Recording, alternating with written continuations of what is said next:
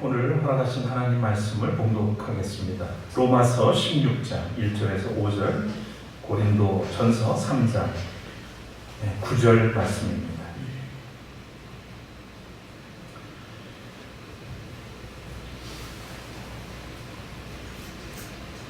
겐그레아 교회의 일꾼이요, 우리의 자매인 베베를 여러분에게 추천합니다. 여러분은 성도의 합당한 예절로 주님 안에서 그를 영접하고 그가 여러분에게 어떤 도움을 원하든지 도와주시기 바랍니다. 그는 많은 사람을 도와주었고 나도 그에게 신세를 많이 졌습니다. 그리스도 예수 안에서 나의 동역자인 브리스가와 아굴라에게 문안하여 주십시오. 그들은 생명의 위험을 무릅쓰고 내 목숨을 구해준 사람들입니다. 나뿐 아니라 이방 사람의 모든 교회도 그들에게 감사하고 있습니다. 그리고 그들의 집에서 모이는 교회에도 문안하여 주십시오. 나의 사랑하는 에베네도에게 문안하여 주십시오. 그는 아시아에서 그리스도를 믿은 첫 열매입니다. 이어서 고린도서 말씀입니다. 우리는 하나님의 동역자요, 여러분은 하나님의 밭이며 하나님의 건물입니다. 이는 하나님의 말씀입니다. 하나님께 감사드립니다.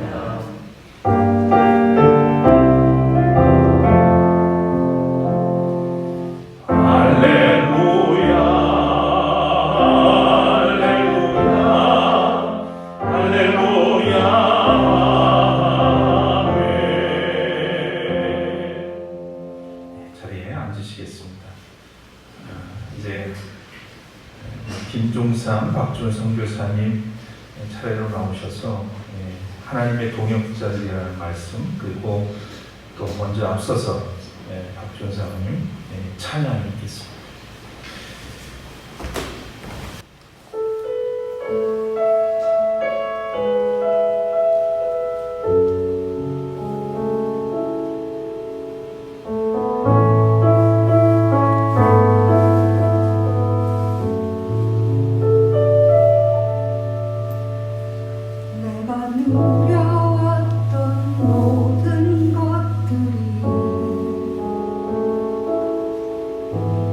지나왔던 모든 시간이 내가 걸어왔던 모든 순간이 당연한 것 아니라 은혜였어. 아침 해가 뜨고 저녁에 노을,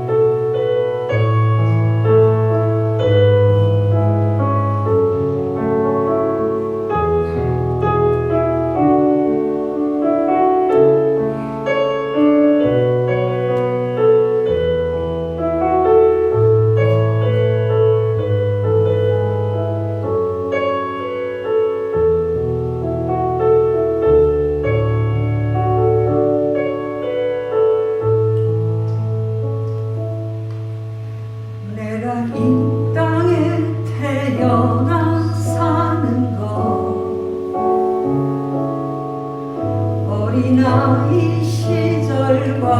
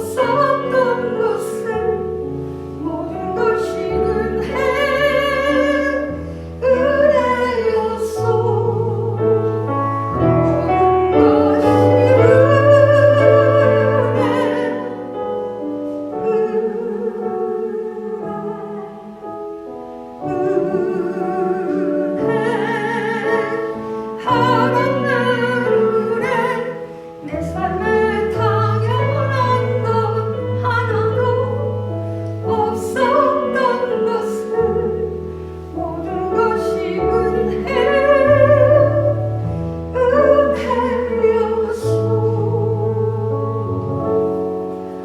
모든 것이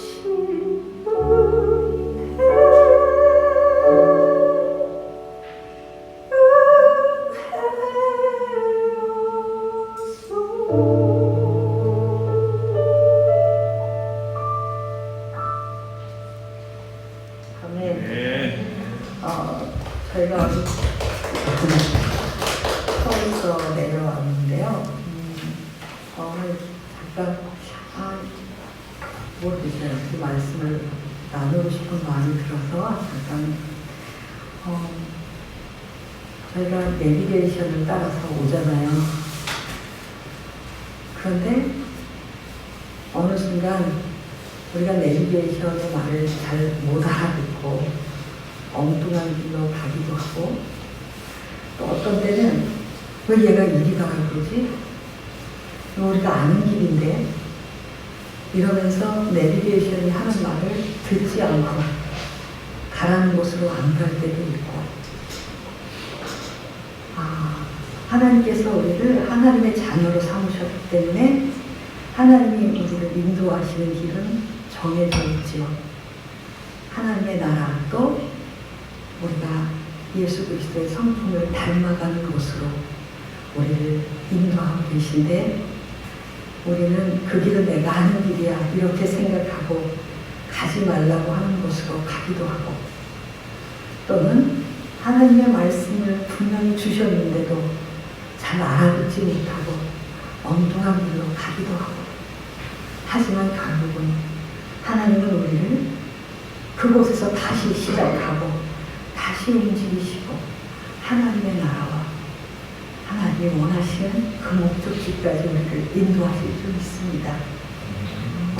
정말 우리가 그 하나님의 음성에 예민하고 내가 하는 길이 아니라 하나님이 원하시는 길을 우리가 가서 왜 나를 이렇게 고생시키세요가 아니라, 하나님 제가 또 뭘 잘못 알아들었나요? 제 생각대로 갔나요? 오면서 제일 많이 하는 소리가 왜 이리 인도하지? 그러면 옆에서 제가 얘는 꼭대기에서 내려다보잖아.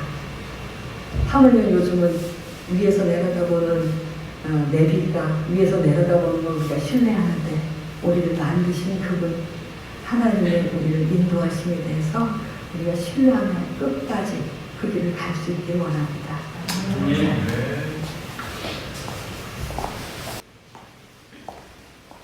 그리스도의 고난과 십자가를 또 예수 그리스도의 부활을 묵상하는 자신들 시간에 자신들 이렇게 전도 교회를 방문해서 여러분과 함께 예배드리게 되면 우리 하나님께 감사를 드리고, 또 여러분들에게 샬롬과 평안의 인사를 드립니다. 그동안 평안하셨죠? 여러분, 우리가 성경을 66권으로 기록되어 있는 말씀이라고 우리가 잘 알고 있습니다. 구약은 몇 권입니까? 39권, 신약은 27권. 예. 신약 성경 27권 가운데에 사도 바울의 서신은 히브리서를 포함해서 14권입니다. 그 가운데 바울의 서신을 이렇게 살펴보면 바울의 서신의 특징이 있는데, 바울은 서신서를 기록할 때에 처음에 인사로 기록을 합니다. 인사와 축복으로 기록하고, 또 마지막에도 축도로 서신서를 마치는 것을 볼 수가 있습니다. 예를 들어서 고린도후서 1장에 보면 하나님의 뜻으로 말미암아 그리스도 예수의 사도된 바울과 형제 디모데는 고린도에 있는 하나님의 교회와 또 온 아가야에 있는 모든 성도들에게 하나님 우리 아버지와 주 예수 그리스도로부터 은혜와 평강이 있기를 원하노라. 이제 인사하면서 또한 축복하면서 기록을 시작합니다. 또 마지막 편에 보면 여러분들이 잘 알고 있는 축도의 근본이 되는 고린도후서 13장 13절에 보면 주 예수 그리스도의 은혜와 하나님의 사랑과 성령의 교통하심이 너희 무리와 함께 있을지어다 라고 하면서 말씀을 마치는 것을 볼 수가 있습니다. 다른 서신서에도 마찬가지로 다 그렇게 기록되어 있습니다. 그런데 로마서 15장에 있는 말씀을 보면 역시 마지막에 로마서 15장 마지막에 이렇게 기록하고 있죠. 평강의 하나님께서 너의 모든 사람과 함께 계실지어다. 아멘. 자, 그렇다고 하면 사도 바울이 로마서 15장에 이제 축도로 기록을 마감을 하고 있습니다. 그러면 로마서는 이미 15장으로서 끝났어야 되는 것입니다. 그런데 사도 바울은 로마서 15장으로 끝나는 것이 아니라 16장을 또 한 번 더 편지를 씁니다. 왜 사도 바울이 로마서 16장을 기록했을까? 많은 성서학자들은 로마서 16장을 영감된 사례다라고 그렇게 표현합니다. 영감된 사례다. 쉽게 말하면 사례라고 하는 것은 모델이다라고 그렇게 말할 수가 있죠. 사도 바울이 로마서 16장을 기록한 것은 그 16장에는 많은 이름들이 나열되어 있습니다. 다 이렇게 보면 자세히 보면 36명의 37명가량의 이름이 사도 바울이 기록하고 있습니다. 평신도들입니다. 왜 사도 바울이 로마서를 기록하면서 왜 이렇게 많은 평신도들을 소개하였는가? 그것은 다른 것이 아니라 저는 이렇게 해석을 합니다. 로마서 16장에 기록되어진 평신도들은 사도 바울 마음에 이 로마에 있는 교인들이 본받아야 될 사람이라고 해서 이들을 소개하지 않았을까? 그렇게 생각해 봅니다. 여러분, 모델이라고 하는 것은 최고의 스승이고 최고의 교과서라고 그렇게 말씀드릴 수가 있죠. 하나님께서 우리에게 교육하실 때에 모델을 세워서 교육하시는 것들을 많이 볼 수가 있습니다. 예를 들어서 하나님께서 이스라엘 백성들을 선택하셨습니다. 창세기 12장에 보면 아브라함을 선택하셨죠. 자, 하나님께서 아브라함을 왜 선택하셨을까? 그리고 왜 이스라엘 민족을 선택하셨을까? 그것은 하나님이 이스라엘 민족만 위해서 이스라엘 민족을 선택하신 것이 아니라 이스라엘 민족을 통해서 모든 민족에게 구원의 역사를 이루게 하시는 본보기로 모델로 삼기 위해서 이스라엘 백성들을 선택하셨다라고 그렇게 말씀드릴 수가 있죠. 자, 우리가 교회의 모델은 어떤 교회가 모델입니까? 여러분, 우리 한국 교회에 모델된 교회들이 있습니까? 모델된 교회들이 있겠죠. 많은 목회자들이 목회를 시작하면서 나는 어떤 교회를 본받아야 되겠다라고 하면서 그 목회를 시작하는데, 우리 교회의 모델된 교회는 우리가 이야기할 때 초대교회로 돌아가자 그렇게 이야기하지 않습니까? 초대교회로 돌아가자. 초대교회가 우리 교회의 모델이라고 그렇게 말씀드릴 수가 있죠. 그런데 그 초대교회의 모델, 초대교회도 많은 교회들이 있지 않습니까? 그 성경에 나오는 초대교회의 모델 가운데 하나가 물론 예루살렘 교회가 우리가 본받아야 할 그런 교회이죠. 그렇지만 초대교회의 가장 모델된 모범적인 그런 교회는 안디옥 교회라고 그렇게 말씀드릴 수가 있습니다.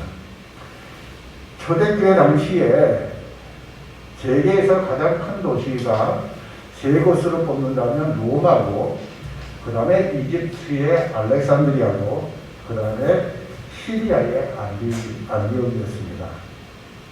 특히 이 안디옥은 헬라 문화의 중심지이자 동서양의 문화가 융합하는 곳이었습니다. 그런데 이 안디옥에 교회가 세워졌는데 그 교회가 어떻게 세워졌냐면, 여러분 예루살렘의 교회가 스데반의 순교 그 사건으로 인해서 기독교가 교회가 핍박을 받게 되어지자 예루살렘에 있는 교인들이 흩어졌습니다. 그래서 그 흩어진 그 사람들이 안디옥에 가서 교회를 세우게 되었는데, 이 안디옥 교회는 최초의 이방인 교회이자 선교 중심적인 교회입니다. 그리고 사도행전에 보면 지금 여러분들을 크리스찬이라는 그리스도인이라고 이렇게 불러지는데, 그리스도인이라고 제일 처음 불리워진 교회가 예루살렘 교회도 아니고요, 안디옥 교회에서부터 안디옥 교회 교인들을 바라보면서 그들을 향해서 그리스도인이라고 그렇게 불렸다라고 하는 것입니다. 저는 여러분의 교회, 이 센터 교회가 정말 모델이 되는 그런 교회가 되었으면 좋겠습니다. 네. 지금 교회 모델이 되는 교회, 한국 교회 지금 이 사회로부터 얼마나 많은 지탄을 받고 있습니까? 이 모델이 되는 교회는 대형 교회가 모델이 되는 것도 아닙니다. 정말 하나님의 뜻에 의해서 그 하나님의 뜻을 얼마나 이루어가고 있는가, 그 하나님의 뜻이 이 땅에 이루어지기 위해서 몸부림치는 교회, 그 교회가 모델이 되는 교회가 아니겠습니까? 크고 작고가 문제가 아니라, 저는 감사한 것은 제가 가끔 소식을 듣습니다만 코로나 팬데믹으로 인해서 어려움을 당하고 있을 때에 또 사회로부터 지탄을 받고 있는 그러한 교회 얼마나 많이 있습니까? 그 가운데 우리 잔트교회 여러분들은 정말 어떻게 하면 하나님의 뜻이 이 땅에서 이루어질까 몸부림치고 있다고 하는 소식을 들으면 정말 이 교회가 하나님이 원하시는 교회고 우리 한국 교회가 본받아야 될 교회가 아니겠는가, 그렇게 생각해보고 또 감사를 드렸습니다. 그리고 또 여러분들 많지는 않지만 여러분들의 한 가정이 교회의 그 가정에, 성도들의 가정에 모델이 되는 그런 가정이 되었으면 합니다. 우리 산태교회도 모델이 되는 가정이 있어야 돼요. 저 장로님 가정 보면, 저 권사님 가정 보면, 지사님 가정 보면 정말 우리 가정도, 우리의 자녀들도 그렇게 하나님을 섬기고 사회를 섬기는 그런 모습으로 살아갔으면 좋겠다. 이러한 고백이 나올 수 있는 가정들이 많아져야만 된다고 하는 것입니다. 또 성도님들도 마찬가지죠. 저는 모태적 신앙입니다. 여러분 흔히 모태적 신앙을 가진 사람들을 보면서 차갑지도 않고 뜨겁지도 않아서 미지근합니다. 그래서 모태적 신앙 사람은 뭐든지 못해, 나는 못해, 이렇게 한다고 하는 썰렁한 그런 이야기가 있습니다만, 저는 모태적 신앙이지만 저는 평신도의 가정에서 태어났습니다. 아버지가 장로님으로, 원로 장로님으로 은퇴하셨고 어머니가 권사님으로 은퇴하셨는데 지금 다 돌아가셨죠. 그러나 제가 어디에 가든 간에 많은 사람들에게 고백할 수 있는 것은, 저는 우리 부모님을 통해, 아버지 어머님을 통해서 하나님을 만났습니다. 예수님을 만났습니다. 저는 우리 부모님을 통해서 어떻게 교회를 섬기고 목회자를 섬기고 또 이 사회를 섬기는지, 이웃을 섬기는 법을 배웠습니다라고 고백합니다. 여러분들의 자녀들이 이런 고백이 있었으면 좋겠습니다. 여러분들의 자녀들이 우리 아버지 어머니를 보면 내가 그 아버지 어머니를 통해서 하나님을 만났고 예수님을 만났어. 내가 교회를 어떻게 섬기는지, 내가 어떻게 이웃을 섬기는지, 그러한 법을 목사님을 통해서 선생님을 통해서 배웠다라고 그런 고백보다는 나의 부모님을 통해서 그런 것을 배웠다라고 고백할 수 있는 그러한 신앙의 모델들이 되시기를 주님의 이름으로 축원합니다. 여러분, 기독교 역사상 가장 큰 위대한 인물, 많은 위대한 인물들이 있죠. 그 가운데 하나를 뽑으라고 하면 오늘 본문 말씀 가운데 나오는 로마서를 기록한 사도 바울이 아닌가 그렇게 생각이 되어집니다. 사도 바울을 빼놓고서는요, 초대교회를 이해할 수가 없죠. 사도 바울을 빼놓고서는 선교를 이야기할 수가 없습니다. 사도 바울을 빼놓고서는 신학을 말할 수가 없습니다. 그만큼 사도 바울은 위대한 그런 인물이었습니다. 그렇다고 하면 바울이 어떻게 이런 큰 일을 감당할 수 있었겠는가? 그 비밀이 바로 오늘 본문 말씀에 있다라고 볼 수가 있습니다. 바울은 로마서를 마무리하면서 많은 사람들의 이름을 기록하고 있는데 이 사람들이 누굽니까? 바울이 이 사람들을 소개할 때에 특이한 점이 있습니다. 이름을 나는 누구누구를 소개하는 것이 아니라 그 이름 앞에 하나하나 별명을 수식어를 붙이고 있다고 하는 이야기입니다.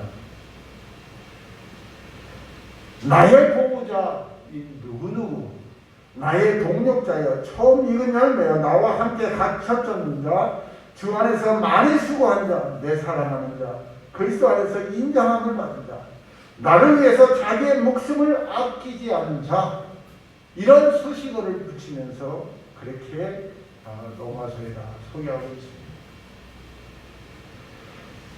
여러분, 사도 바울이 될 수 있었던 것은 사도 바울 개인의 위대함보다는 바로 이렇게 사도 바울 주변에 감동적인 헌신이 있었던 많은 사람들이 있었기 때문에 이 사도 바울을 위대한 사도로 만들었다라고 하는 이야기입니다.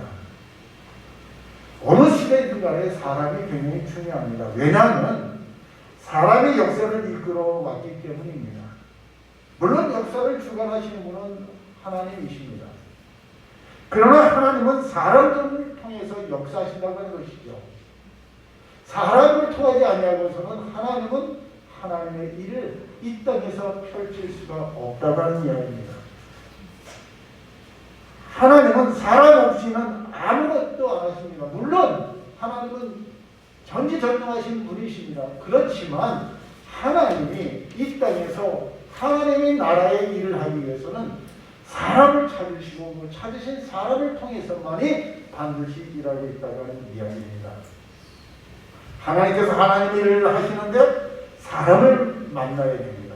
또 우리 역시 사람들도 하나님의 일을 하기 위해서는 혼자 하는 것이 아니라 사람을 만나야 된다고 하는 이야기입니다. 하나님께서 하나님의 큰 일을 이루시기 위해서 위대한 사도 바울 같은 인물을 만나셔서 세계 선교 역사의 장을 열어 가셨습니다. 사도 바울에게 있어서 하나님의 일을 하기 위해서는 많은 것들이 필요했습니다. 그런데 그 가운데 가장 필요한 것이 그것은 바로 다른 것이 아니라 사람이었다는 것입니다. 선교 동력자였다는 것입니다.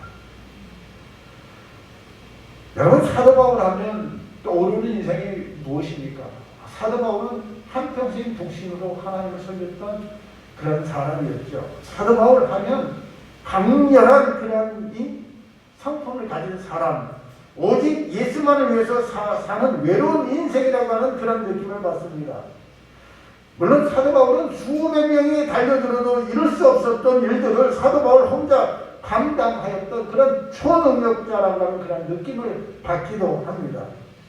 사도 바울은 아시아와 유럽을 돌아다니면서 교회가 없는 곳에 개척하여 교회를 세우고 또 마귀가 지배하는 곳에서 십자가의 깃발을 꽂고 돌아오는 하나님의 쓰시는 위대한 영웅이라고 하는 인상이 짙습니다.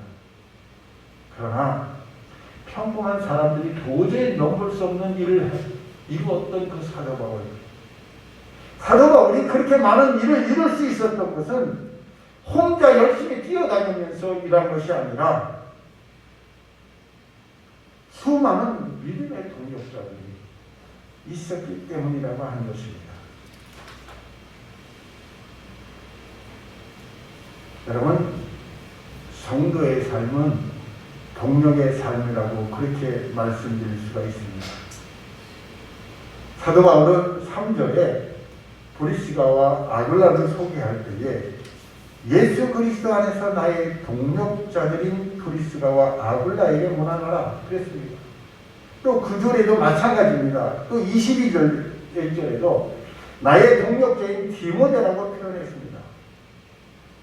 왜 사도 바울은 혼자 일하지 않냐고 동력자와 함께 일하는 것을 좋아하였을까? 그것은 다른 것이 아닙니다.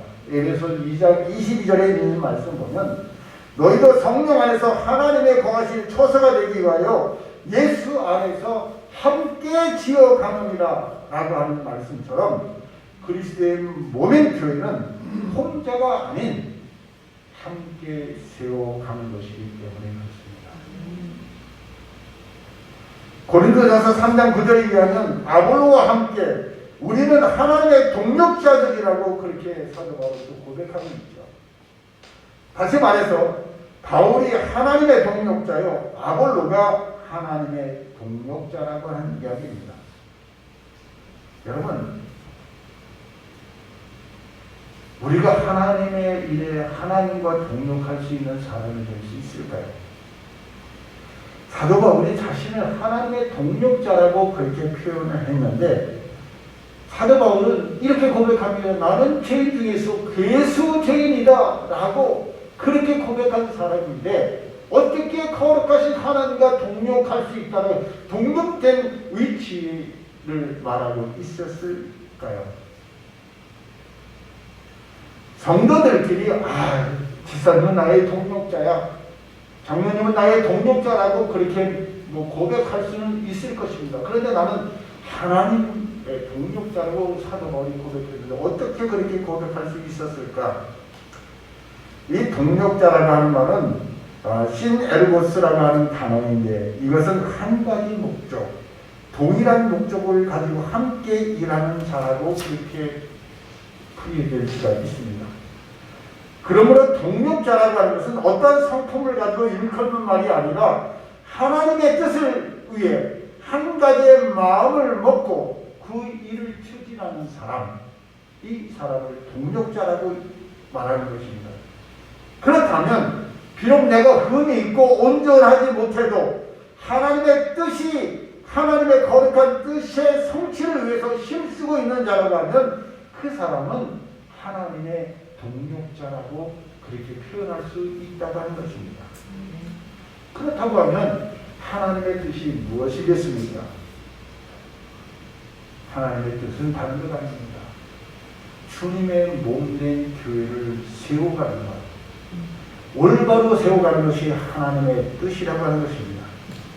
여러분들이 하나님 나라가 이 땅에서 확장되어지는 일에 위해서 일하고 계신다고 하면 여러분들은 하나님의 동력자라고 일컬음을 받을 수 있다고 하는 것입니다.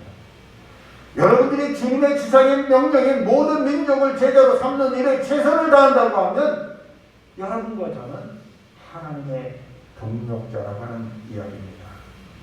아멘? 네. 사도 바울 주변에 얼마나 많은 사람들이 따라다녔겠습니까? 아마 예수님 주변에는 수많은 무리들이 따라다녔죠. 예수님은 3년이었습니다. 사도 바울은 몇 년입니까?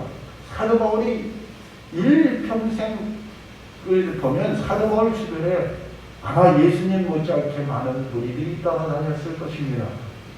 그런데 그 사도 바울을 통해서 은혜를 받고 사도 바울을 통해서 치유를 받고 그 많은 사람들 다 있었겠습니다만 사도 바울은 그 많은 사람들에게 그들을 나의 동력자라고 이야기하지 않았다고 하는 것입니다. 사도 바울이 동력자라고 불렀던 사람들은 극소수입니다. 사도 바울이 동력자로 자기의 동력자라고 불렀던 사람, 어떤 사람들을 그렇게 불렀느냐? 그것은 다른 것이 아닙니다. 바울을 통해서 한 영혼을 사랑하는 예수 그리스도의 심장을 소유한 사람들을 가리켜 동력자라고 불렀습니다. 이들은 바울이 한 사람의 인격이나 어떤 성품에 매료되어서, 인간에 매료되어서 바울을, 또 이 바울의 능력에 매료된 것이 아니라 바울을 통해서 영혼을 사랑하시는 예수 그리스도를 발견하고 그 예수 그리스도의 심장을 가지고 주님의 뜻이 이 땅에 이루어지기를 소원하면서 나갔던 사람들, 그런 사람들을 바울은 동력자라고 그렇게 이야기하고 있습니다. 여러분, 죄인을 찾아오시고 버림받은 영혼을 찾아오시는 예수 그리스도의 놀라운 사랑을 깊이 체험하고 배운 그 사람들, 사도 바울은 자신 있게 이렇게 고백했습니다. 여러분, 나에게 배우십시오. 여러분, 나를 본받으십시오. 죄인 중에서도 괴수라고 고백했던 사도 바울이 그들에게 나를 통해서 나를 배우십시오, 나를 본받으십시오 라고 고백할 수 있었던 것은 사도 바울이 잘나서가 아니라 사도 바울이 뭐라고 했냐면 전제가 있습니다. 조건, 내가 예수 그리스도를 본받은 것처럼 너희도 나를 본받으라. 아멘. 내가 예수 그리스도를 배운 것처럼 너희도 나를 통해서 예수 그리스도를 배우라, 예수 그리스도를 본받으라고 한 것입니다. 사도 바울은 자신의 인격, 자신의 성품을 배우라고 한 것이 아닙니다. 내 안에 예수 그리스도의 흔적을 너희가 배우라고 그렇게 고백한 것입니다. 그렇기 때문에 우리가 교회를 섬길 때에 모든 섬김은 영혼을 사랑함의 근거가 되어야 됩니다. 교회를 섬길 때 하나님이 기뻐하시는 동력자들은 영혼을 사랑하는 동기에 매인 사람들입니다.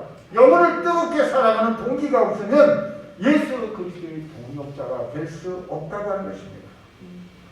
그렇다고 하면 어떻게 하면 하나님의 동력자가 될 수 있을까?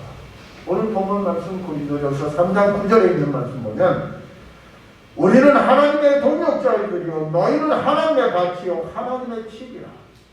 하나님의 집은 교회를 가리키는 말씀이죠. 디모데전서 3장 15절에 보면 만일 내가 지체하면 너로 하여금 하나님 집에서 어떻게 행하여 할지를 얻게 하려니 이 집은 살아계신 하나님의 교회요 진리의 기둥과 터라고 그랬습니다. 우리는 하나님의 집, 교회를 세우는 일꾼들입니다. 우리 각자에게 맡겨주신 일에 최선을 다할 때 건강한 교회가 세워지는 것이죠.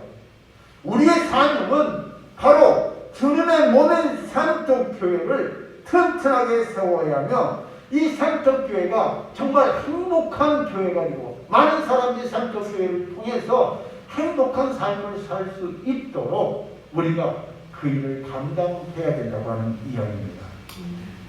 아멘? 그런데요, 중요한 말씀이 하나 있습니다. 하나님이 하나님의 자녀들에게 하나님의 비밀을 감춰 놓았다가 그 비밀을 계시해 주신 것이 있습니다. 누구를 통해서 계시해 주냐면요, 예수 그리스도를 통해서 하나님의 비밀을 계시해 주셨습니다. 그런데 그 예수 그리스도는 무엇을 통해서 하나님의 비밀을 계시해 주느냐면 교회를 통해서 예수 그리스도가 그 비밀을 드러내십니다. 그런데 요한계시록에 보면 그 비밀, 교회의 비밀이 바로 목회자를 통해서 보여주신다라고 말씀하고 있습니다. 그렇기 때문에 교회는, 조직교회는 이것이 그런 질서가 있어야 된다고 합니다. 다시 말씀드리자면 교회는 하나님 중심적인 공동체로서 움직여 나가야 되는데 누구 중심으로 나가야 되냐면 목회자 중심을 통해서 일이 이루어져야 된다고 하는 것이죠. 제가 예를 들어서 말씀드리면 여러분 우리 사모님 우리가 연주를 자주 하시죠. 협연 하시죠. 그럼 협연을 하시면 거기에 주연은 누굽니까? 오르간을 연주하는 분입니다. 그리고 또 오케스트라 단원들은 그 지휘자를 통해 통해서 지휘자가 하는 그 선체 위에서 함께 연주를 합니다. 지휘자는 혼자 하는 것이 아니라 연주하는 사람, 오늘 우리 박준 선교사가 찬양할 때 찬양하는 걸 보고 사모님이 그 노래하는 그 속도에 따라서 잘 연주해 주셨어요. 그와 마찬가지로 지휘자는 그 연주자, 독주자의 그 연주를 보면서 지휘를 합니다. 그러면 누가 영광을 받습니까? 연주가 끝나면 물론 독주자가 영광을 받죠. 그러나 그뿐만이 영광이 아닙니다. 지휘자도 함께, 오케스트라 단원도 함께 영광을 같이 받는 것입니다. 교회는 오케스트라 연주와 같다고 하는 것이죠. 주연은 누구냐? 바로 예수 그리스도십니다. 아멘? 이 예수 그리스도가 주연이시고, 그러면 지휘자가 누구냐? 목회자입니다. 그러면 단원들은 누구냐? 바로 성도들 여러분들입니다. 목회자가 예수 그리스도의 그 연주를 보면서 지휘를 하면 교회의 그 오케스트라 단원들인 성도들이 함께 따라간다고 하는 것입니다. 그렇다고 하면 연주가 끝났을 때 누가 영광을 받습니까? 물론 예수 그리스도가 영광을 받습니다. 그렇지만 예수 그리스도가 영광 받는 것이 아니라 지휘자인 목회자와 그 단원인 온 성도들이 함께 그 영광에 동참할 수 있게 되어진다라고 하는 것입니다. 이것이 교회가 나가야 할 그런 방향입니다. 다시 말하면 하나님의 동력자라고 하는 것은 목회자를 도와 교회를 세우는 사람들이 하나님의 동력자라고 그렇게 말씀할 수가 있죠. 그런데 목회자를 돕는데 두 가지 방법이 있습니다. 하나는 긍정적인 방법으로 목회자를 돕는 사람들이 있고, 하나는 부정적인 방법으로 목회자를 돕는 사람들이 있습니다. 성도들 중엔 목회자의 마음을 시원케 하고 갈증을 해결해주고 필요를 채워주는 성도가 있는가 하면, 때로는 목회자의 마음을 아프게 하고 또 반대하고 또 목회자의 비전을 마음껏 펼치지 못하게 하는 그런 성도들이 있습니다. 제가 목사를 받은 지 35년이 지났는데 지금까지 목회를 하면서 한 가지 느낀 점은, 교회 가면 크고 작은 교회들 간에 다 문제가 있습니다. 그 문제가 있는데 목회자를 부정적으로 돕는 사람들, 그 사람들도 하나님이 쓰시는 사람들입니다. 왜냐하면 목회자가 편해지게 되면 기도 안 하게 되고 또 영적으로 나타나게 해줄 수도 있기 때문에 기도하게 만드는 사람들이 있죠. 성전에 무릎을 꿇게 하는 사람들이 있습니다. 이렇게 긍정적인 방법으로 부정적인 방법으로 목회자를 돕긴 도우는데, 과연 우리가 어떤 방법으로 목회자를 도와야 되겠냐? 여러분, 가룟 유다 있지 않습니까? 이 고난주간에 가룟 유다 여러분 목사님이 오셨습니까? 가룟 유다는 예수님께서 가룟 유다에게 하신 말씀이 있어요. 인자는 기록된 대로 가거니와 인자를 파는 그 사람에게는 화가 있습니다. 차라리 나지 아니하면 죽을 뻔했다. 하나님의 구원의 역사 가운데에 가룟 유다가 쓰임을 받았습니다. 예수를 파는 일에 쓰임을 받았습니다. 그러나 예수님께서는 가룟 유다에게, 나는 기록된 대로 네가 팔지 않아도 나는 십자가를 질 수밖에 없는데 너는 차라리 나지 않았으면 좋을 뻔했다라고 예수님께서 그렇게 말씀하신 것을 보면, 여러분, 역사는 하나님의 계획대로 움직여집니다. 그러나 우리가 그 역사 가운데 정말 하나님의 뜻에 맞게끔 쓰임을 받는 사람이 됩니다. 이것이 중요하다고 하는 이야기죠. 우리 산토교회가 이 지역의 모델이 되는 교회가 되기 위해서는 정말 로마서 16장에 기록되어 있는 많은 동력자들이, 하나님의 동력자들이 일어나야 된다고 하는 것입니다. 초대교회 당시 이방 선교사에게 주역이었던 사도 바울은 제3차 전도 여행을 하던 중 고린도에서 약 3개월을 머무면서 그렇게 그리워하던 로마 교회를 향하여 편지를 쓰게 되는데, 이 편지에서 16장 서기에 보면 여성도 한 사람을 지적하였습니다. 그러면서 로마 교회에 청구한다고 했습니다. 추천한다고 하겠습니다. 그 여성도가 누구냐면 갱그라 교회에 열심히 있는 여성도 베베였다고 하는 것이죠. 청구한다라고 하는 것은 추천한다고 하는 말이 아닙니까? 여러분, 사람을 추천한다고 하는 것은 그렇게 쉬운 일이 아닙니다. 그런데 베베라고 하는 이름의 뜻은 순결하다라고 하는 뜻인데, 이 이름 그대로 베베라고 하는 여성들은 순결하고 경건한 신앙이었음을 볼 수가 있습니다. 그런데 사도 바울이 그에게 그를 추천하면서 소개할 때 하는 말이 뭐라고 말씀했냐면 여러 사람과 나의 보호자 베베라고 그랬습니다. 보호자라고 하는 것은 무슨 뜻입니까? 보호자라고 하는 말은 구원자라고 하는 말이고, 보호자라고 하는 것은 공급자라고 하는 것이고, 책임을 질 수 있는 사람이라고 하는 것입니다. 여러분, 병원에 입원해서 수술할 때에 보호자의 서명이 있어야 됩니다. 그 말은 이 보호자는 모든 것을 다 책임지겠다고 하는 것입니다. 예, 입원비도 책임질 것이고, 또 수술해서 잘못돼서도 책임질 것이고, 이 모든 것에 그 사람에게 있어서 책임진다라고 하는 이야기입니다. 이 베베라고 하는 여성도 그는 갱그리아 교회의 기둥과 같은 존재였음에도 여쭈고, 또한 모든 사람들에게 보호자의 역할을 담당했던 사람이라고 하는 것입니다.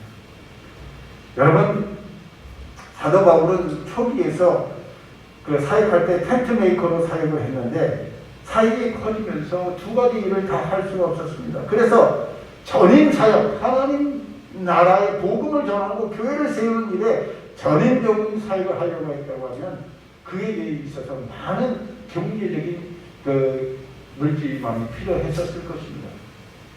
이 일을 사도 바울이 마음껏 사역할 수 있도록 베베라고 하는 그 여성도가 그렇게 도왔다라고 하는 것입니다. 뿐만 아니라 이 베베는 물질뿐만 아니라 모든 것을 다 해서 섬겼던 것을 볼 수가 있죠. 여러분, 고린도에서 사도 바울이 이 로마서를 기록합니다. 그리고 그 로마서를 기록한 것을 로마에 있는 교인들에게 보냅니다. 그 고린도에서 로마까지 거리가 멉니다. 지금과 같이 그 교통수단이 잘 발달된 것이 아니죠. 그리고 지금과 같이 인쇄술이 잘 발달돼서 로마서 16장을 기록할 때 그 A4 용지 몇 장에 딱 그거 들고 가는 것이 아니지 않습니까? 양필요 같은 곳에 그것을 기록했는데 그 부피와 무게도 엄청날 것입니다. 그런데 사도 바울이 이것을 남자에게 맡긴 것이 아니라 문성 책임자를 연약한 여성도 베베에게 맡겼다고 하는 것. 그만큼 사도 바울을 위해서 이 베베는 물질뿐만 아니라 시간도 건강도 투자하면서 주의 일을 감당했다고 하는 이야기입니다. 사랑하는 성도 여러분, 여러분들이 이 로마서 16장을 좀 묵상해 보시기 바랍니다. 그러면서 나는 과연 하나님 앞에 갔을 때 하나님께서 나에게 어떠한 수식어를 붙여주실까? 여러분 한번 묵상해 보시기 바랍니다. 과연 나는 우리 삼특교회 안 목사님이 하나님 앞에 섰을 때 이 성도는 나의 보호자와 같습니다. 나를 위해서 생명을 아끼지 않았습니다. 나의 동력자입니다라고 그렇게 고백할 수 있는 성도들일까? 이러한 것들을 사순절 기간에 여러분 한번 묵상해 보시기 바랍니다. 내가 하나님 앞에 섰을 때 과연 나는 하나님의 동력자라고 인정해 주시며 나에게 어떠한 수식어를 붙여주실까? 마지막으로 저는 여러분들에게 이렇게 말씀드리고 싶습니다.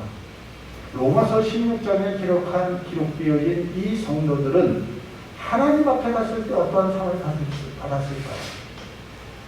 여러분 어떠한 상을 받았을 거라고 생각하십니까?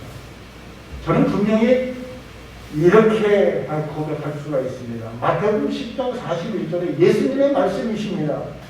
선지자의 이름으로 선지자들을 대접하면 선지자의 상을 받을 것이다. 아멘. 로마서 16장에 있는 이 많은 성도들은 사도 바울이 받는 그 상을 똑같이 받지 않았을까? 여러분들도 목회자에게 주어지는 삶, 또 많은 선교사들에게 주어지는 삶, 또 사도 바울에게 주어지는 삶, 하나님의 동력자로서 이러한 하나님 앞에 섰을 때에 이러한 상을 받는 귀한 믿음의 교인들이 되시기를 주님의 이름으로 축원합니다. 아멘. 사랑의 하나님, 죽을 수밖에 없었던 죄인들을 예수 그리스도의 구속의 은혜로 하나님의 자녀로 삼아주시고 주님의 몸된 교인 새롭게 교회의 공동체로 살아가게 해주심에 감사를 드립니다. 또한 저희들을 주님의 몸된 교회의 일꾼이요 하나님의 동력자로 불러주심에 감사를 드립니다. 저희들의 작은 섬김이 이 땅에서 하나님 나라를 확장하는 데 쓰임을 받게 하시고 저희들의 작은 헌신이 주님의 몸된 교회가 코로나 팬데믹으로 인해서 소망이 없고 전망 가운데 있는 많은 사람들에게 소망과 구원의 빛으로서 교회의 사명을 이루어가며 열방을 향해 주님의 복음이 전파되어 있는데 작은 통로들이 되어줄 수 있도록 주님 축복해 주시옵소서. 예수님의 이름으로 기도드립니다.